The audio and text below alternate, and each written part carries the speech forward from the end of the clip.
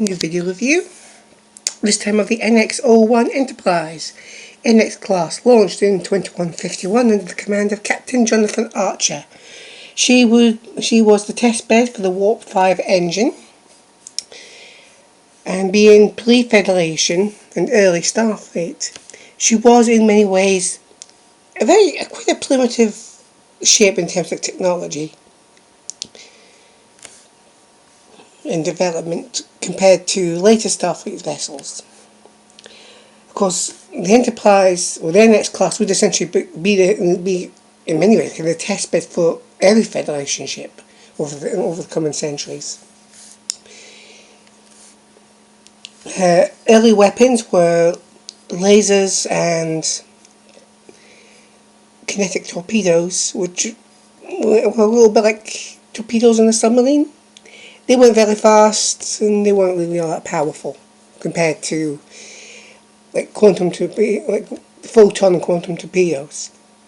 The Enterprise would eventually be outfitted with phase cannons, which were an early form of phasers, and photon torpedoes, which would come in extremely useful.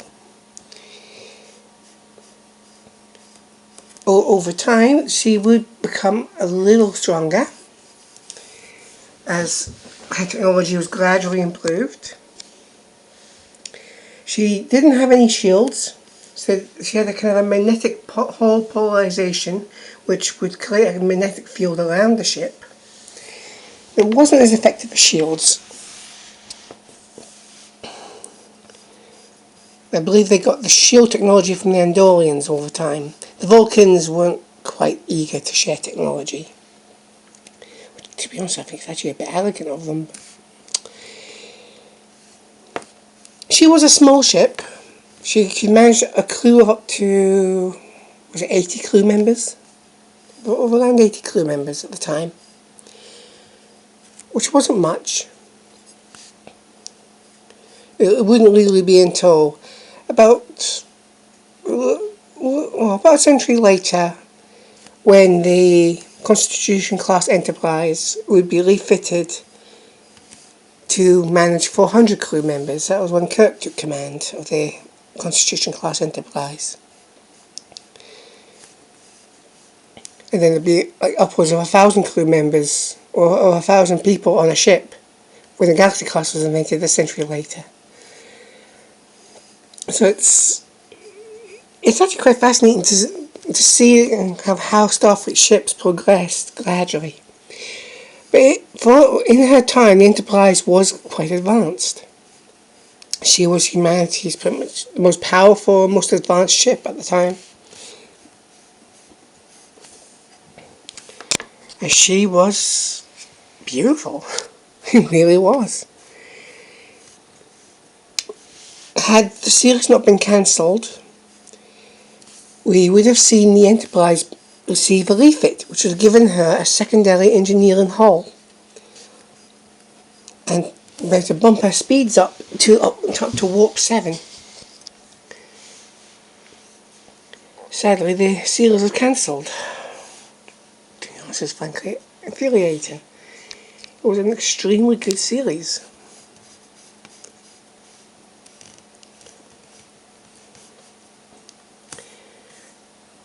Now, a lot of people compare the NX class to the Akira class. No, nothing alike. Well, the NX class, when it was being designed for the series, took an inspirational design basis from the Akira class. Both ships are absolutely nothing alike. The NX class is considerably smaller, much less advanced. The design is vastly different. As you can hear from nacelles, nacelle pylons, sensor weapons pod, engineering pod, saucer sections, and general design difference. The NX class is not the Akira class. It would be very nice if people stopped doing that. They're not the same. People, what do you mean? People always looking to hate an Enterprise. When it's Abrams nonsense, they should be getting the hate. Backwards nonsense that is. Anyway, I'm very much hoping that the NX class refit will get a model in the collection. I hope, because that would just look absolutely gorgeous. This is so beautiful. The model is very well detailed. I mean, really, really good detail.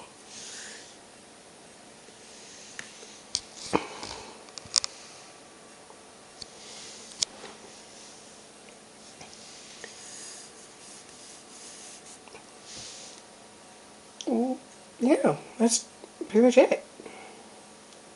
I have 3 more models left to review. The Enterprise refit from the 2270s, Constitution class, and the Galaxy class Enterprise D and the Galaxy X version of the Enterprise D from All Good Things. I might also add in the plaque as well with the Enterprise D review. I'll see what happens. The next models are the Nautican ship and the Valdor class. Yeah, I believe it's Valdor class. They'll be out likely within the next few weeks. Oh, that's this review done. Lovely model, lovely ship. And that's it, pretty much done. So, signing off. And